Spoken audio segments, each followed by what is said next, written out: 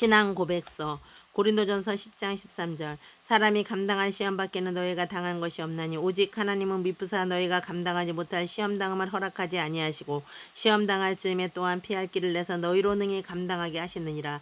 나는 우리 민족의 선조들이 무능과 당파 싸움의 유산으로 일본의 노예로 생활하던 해방 9년 전 1937년 2월 4일 평택 들판에서 팔남매 중 여섯째 아들로 태어났습니다. 나는 그간 수많은 역경을 이겨내며 성장하였습니다. 태어나면서부터 역경은 시작되었습니다. 당시에 우리 부모님들이 초급 목표로 연명하던 시절이라 나면서부터 어머님이 영양실조에 걸려 젖이 안 나오니 어린 자식은 자연히 영양실조로 언제 죽을지 예측을 불허하는 상태였고 위로 두 형님이 같은 증세로 사망하기에 아버님께서는 무려 4년이나 지나서 출생신고에 호적에 등재를 하게 되었습니다.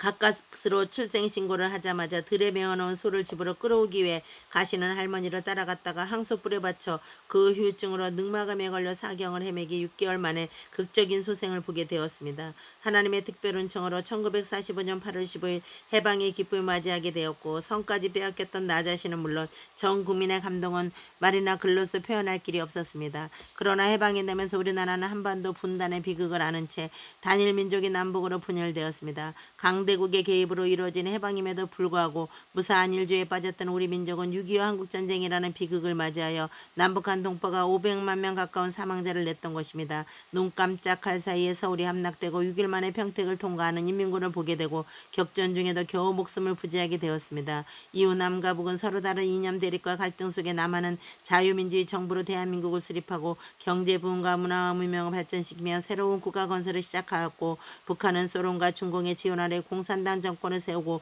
김일성의 일당 독재 정권으로 무력적과 통일을 꾀하며 무신론의 땅으로 변해버렸습니다.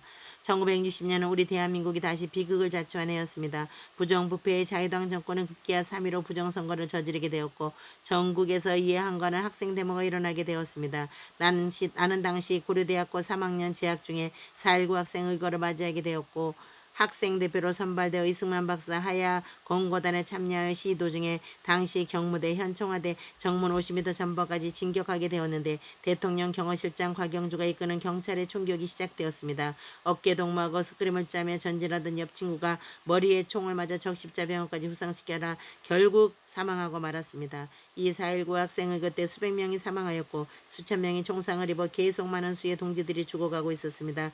그러나 하나님께서는 나를 어디엔가 쓰시려고 전신갑주를 입혀서 살려주신 것이라고 고백합니다.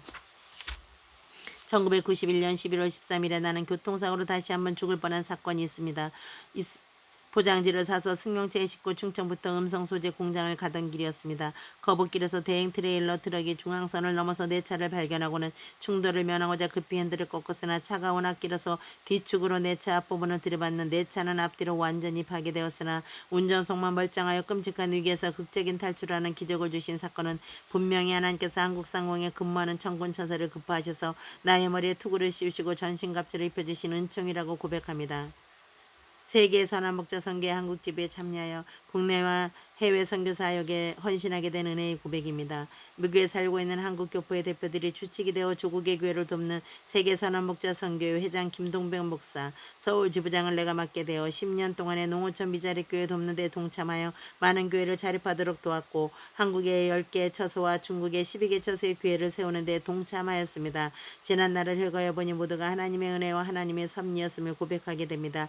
준비된 자금도 없이 교회 건축에 뛰어들게 하는 역사를 여러 번 있었습니다. 한치의 오차도 없이 여호와의 일에 하나님께서는 자금을 준비시켜 주셨고 뒷마무리를 잘하게 하여 주셨습니다. 우리 선교팀에서 지원한 교회들이 부흥 발전하는 모습을 볼 때 나도 모르게 이 사역에 젖어들게 되었고 선교사에게도 재미가 있고 보람이 느껴짐을 깨닫게 되었습니다. 나는 연로하지만 하나님의 종으로 목사가 되어 세계 선교에 뛰어들겠다는 각오를 하던 중 1993년에 사업을 장남 정택성에게 인계하고 기독신학교 백석대학교에 입학을 하여 1997년 2월 22일 졸업을 하였습니다. 졸업 후에는 서아프리카 시에라오네의 목사 후보생 양성을 위하여 4만 평 대지의 신학교를 설립하게 되었고 건축 도중 시에라오네에 내전이 일어나 10여 년간 공백 기간 중에는 중국 선교에 동참하여 12개의 교회 개척 및 심장병 어린이를 한국에 초청하여 치료해주는 일에 동참하게 되었으며 심장재단과 기독신보사 의원으로 심장병 어린이 22명의 병원비를 감당케 하였습니다.